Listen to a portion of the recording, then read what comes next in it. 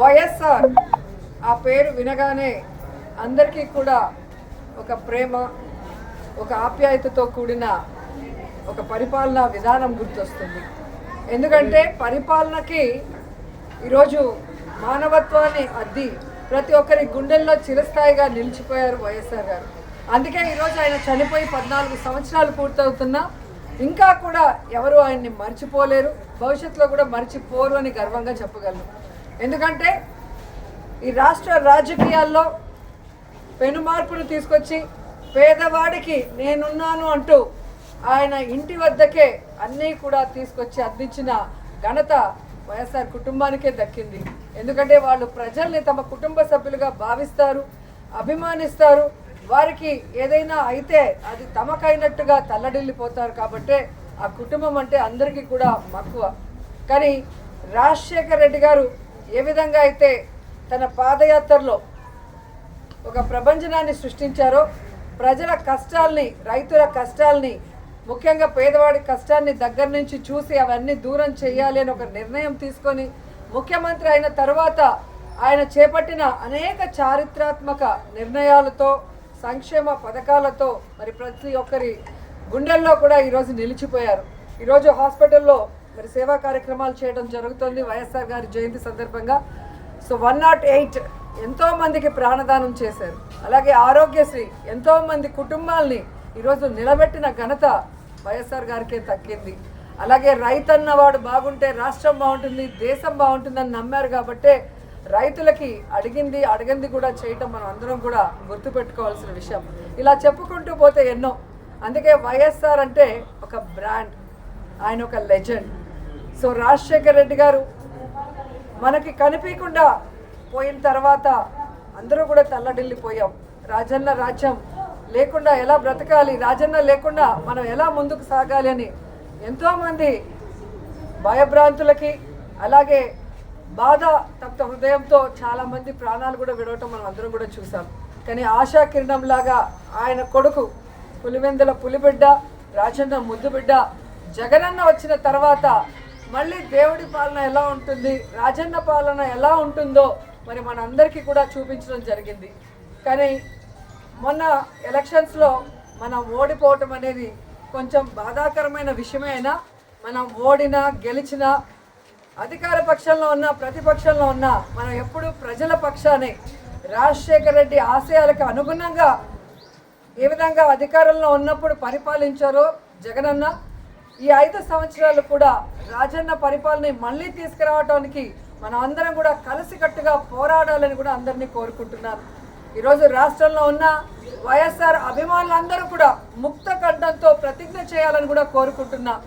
రాజన్న పాలన మళ్ళీ రావాలి, రాజన్న బిడ్డ మళ్ళీ ముఖ్యమంత్రి అవ్వాలి, మళ్ళీ పేదవాళ్ళ ప్రజల మొహాల్లో చిరునవ్వు రావాలి, వాళ్ళ కష్టాలు దూరం అయ్యే విధంగా మనం అందరం కలిసికట్టుగా పనిచేయాలని కోరుకుంటూ ఈరోజు వైఎస్ఆర్ గారి జయంతి సందర్భంగా ఆయన విగ్రహానికి పూలమాల వేసి ఇక్కడ సేవా కార్యక్రమాలకి అందరూ కూడా వచ్చిన ప్రతి ఒక్కరికి పేరు పేరున కృతజ్ఞతలు తెలియజేసుకుంటున్నాను.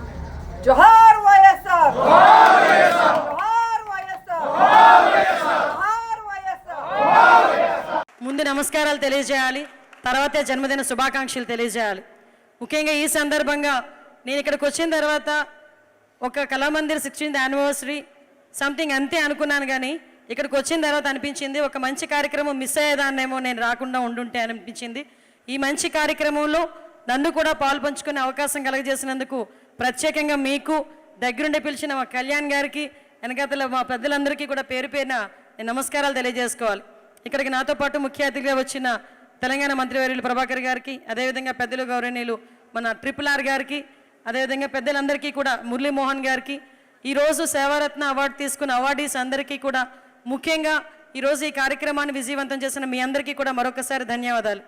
ఈ సందర్భంగా ప్రసాద్ గారికి ఒక విషయం చెప్పాలి. ఎందుకంటే మీ కన్న తల్లిదండ్రులకి నా పాదాభివందనం చేసుకుంటున్నా, మీ సతీమణికి నా నమస్కారాలు తెలియజేసుకుంటున్నా. ఎందుకంటే ఒక సేవ కలగాలి, ఒక సేవ చేయాలని తపన రావాలి అంటే అది పుట్టుకతో రావాలి. ఎందుకంటే ఎంతో సంపాదించినా కూడా బయటికి ఒక సేవ చేయడానికి రాని ఈ సడన్ సిచ్యువేషన్స్లో ఒక కళామందిర్ ఏర్పాటు చేసుకొని సుమారుగా 3 రాష్ట్రాల్లో అనేక సంస్థలు ఏర్పాటు చేసుకొని 16 సంవత్సరాలుగా ఈ ఫౌండేషన్ మీ పుట్టినరోజు రోజు ఒక మంచి కార్యక్రమానికి శ్రీకారం చుట్టడం ఒక ఎత్తు అయితే, సుమారుగా 6,000 మంది స్టాఫ్, ఇందాకే నేను అడిగా ఎంతమంది స్టాఫ్ మొత్తం అంతా అని, 6,000 మంది స్టాఫ్ పిల్లల్ని కూడా మీరు మీ సొంత బిడ్డల్లా చదివించుకునే పరిస్థితి, వాటికి సంబంధించి అమౌంట్ ఇచ్చే పరిస్థితి, ఇవన్నీ చూస్తూ ఉంటే అందుకే చెప్పాను మీ కన్న తల్లిదండ్రులకి పాదాభివందనం. ఇదంతా చేయటానికి ఒక వెనకాత నుంచి సపోర్టివ్గా భార్య లేకపోతే ఇవన్నీ చేయలేరు. అందుకే కుటుంబంలో ఉన్న ఆవిడ భార్యమణికి కూడా సతీమణికి కూడా ప్రత్యేకంగా నేను ధన్యవాదాలు తెలియజేసుకుంటున్నానమ్మా. ఇందులోని పక్షపాతం ఏం లేదండి, లేడీస్ కదా అని చెప్పి మాట్లాడుకుంటున్నాం అని అనుకోవద్దు. ఈరోజు అందరూ అంటుంటారు, ఎప్పుడు అందరూ అనేది ఒక మగాడి విజయం వెనకాతల ఆడది ఉంటుంది అన్న సంగతి, కానీ కొన్ని విషయాలు చాలా క్లియర్ కట్గా అర్థమవుతాయి, ఇలాంటి విషయాలనే అర్థమవుతున్నాయి.